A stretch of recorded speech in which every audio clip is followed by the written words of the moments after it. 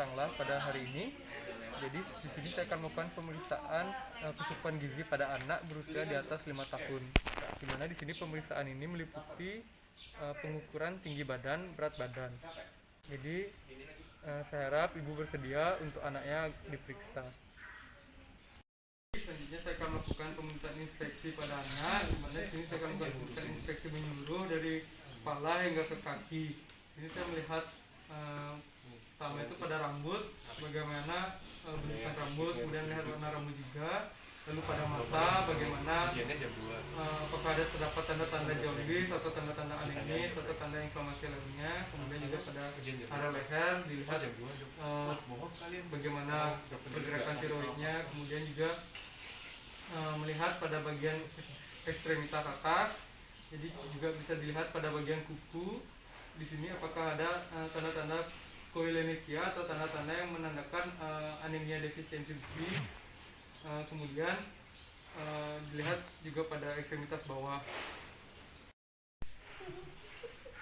Baik, jadi berdasarkan hasil pemeriksaan inspeksi menyeluruh tadi didapatkan bahwa anak ini tampak normal. Baik, selanjutnya saya akan melakukan pengukuran tinggi badan pada anak. Jadi di sini kita memposisikan anak itu berada pada tempat yang datar, kemudian posisikan kepala vertex, kemudian bagian kepala yang menonjol, kemudian bagian pundak yang menonjol, bagian punggung yang menonjol, hingga bagian ke ekstremitas bawah yang menonjol itu sebisa mungkin menempel tegak pada dinding dan juga pada alat pengukuran. Baik, selanjutnya saya akan melakukan pengukuran. Baik, sudah didapatkan pengukuran pada anak. Jadi selanjutnya saya akan melakukan pemeriksaan pengukuran berat badan pada anak. Jadi di sini timbangan diletakkan pada posisi yang datar, kemudian pastikan paralaks berada pada sumbu 0. Selanjutnya jika sudah sesuai, saya akan persilakan anak untuk menaiki timbangan. Jadi adik di sini silakan naik ke atas timbangan, Dek ya.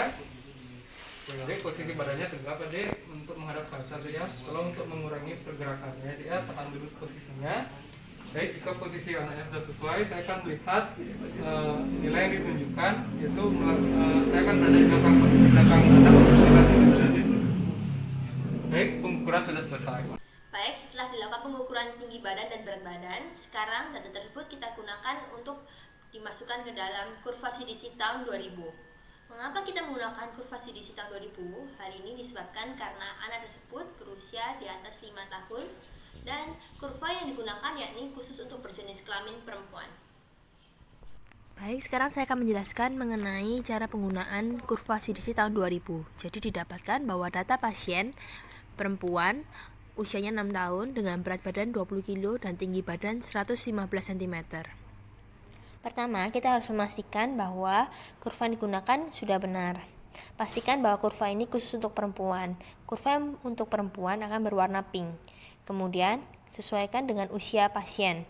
Didapatkan bahwa pasien berusia 6 tahun, sehingga kurva yang digunakan yakni 2-20 tahun. Selanjutnya, jenis kurva yang digunakan juga harus sesuai. Pada penentuan status gizi, kita akan menggunakan kurva stature for age and weight for age percentiles. Baik, sekarang kita akan mengukur berat badan berdasarkan usia terlebih dahulu. Didapatkan pasien memiliki berat badan 20 kg, sehingga kita ambil 20 kg, kemudian sesuaikan dengan usianya 6 tahun dan kita tarik garis secara horizontal dan vertikal. Kemudian kita tandai titik temu antara kedua garis tersebut. Di titik temu tersebut didapatkan bahwa titik temu tersebut berada pada garis persentil 50. Baik, sekarang kita akan mulai mengukur tinggi badan berdasarkan usia. Kita lihat bahwa statur merupakan tinggi badan. Kita ambil angka 115 cm, kemudian untuk usianya kita ambil usia 6 tahun. Kemudian kita tarik garis secara horizontal dan vertikal, kemudian kita tentukan titik temunya. Didapatkan bahwa titik temunya berada pada garis persentil 50. Nah, sekarang kita tarik garis vertikal antara grafik berat badan per usia dengan tinggi badan per usia. Didapatkan grafiknya seperti berikut. Sekarang kita akan melakukan pengukuran berat badan ideal. Untuk penentuan berat badan ideal sendiri, kita akan melakukan penarikan garis di garis 50. Namun, pada data tersebut, berat badan 20 kilo sudah berada pada persentil 50, sehingga kita tidak perlu lagi melakukan penarikan garis. Selanjutnya, kita akan melakukan pengukuran persentase berat badan ideal. Persentase berat badan ideal ini nantinya hasilnya akan dikonversikan untuk mengetahui status gizi dari pasien. Penentuan persentase berat badan ideal menggunakan rumus berat badan aktual, yakni berat badan pasien dibagi berat badan ideal, kemudian dikali 100%. Dari hasil pengukuran tadi, berat badan pasien yakni 20 kilo, kemudian dibagi dengan berat badan idealnya 20 kilo, kemudian dikali 100%, sehingga hasilnya adalah 100%. Dari persentase berat badan ideal tadi, kita akan memasukkannya ke dalam kriteria Waterloo. Tadi didapatkan bahwa persentasenya yakni 100%, sehingga termasuk normal. Nah, ada beberapa kriteria lain, seperti ketika obesitas, overweight, kemudian malnutrition, moderate malnutrition, dan severe malnutrition.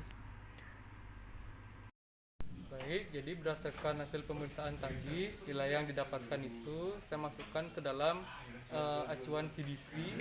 Jadi dari hasil akhir berdasarkan acuan CDC tersebut, status gizi anak ibu itu normal.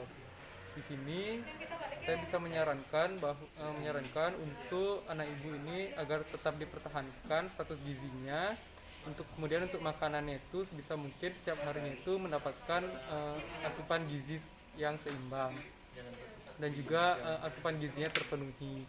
Kemudian untuk pemberian snacknya itu bisa dilakukan di sela-sela jam makan. Lalu untuk ibu agar membiasakan anaknya agar makannya itu tidak sambil beraktivitas, agar anaknya benar-benar fokus makan.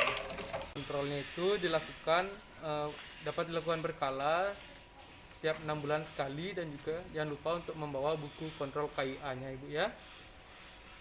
Baik, mungkin sekian dari saya ibu, terima kasih.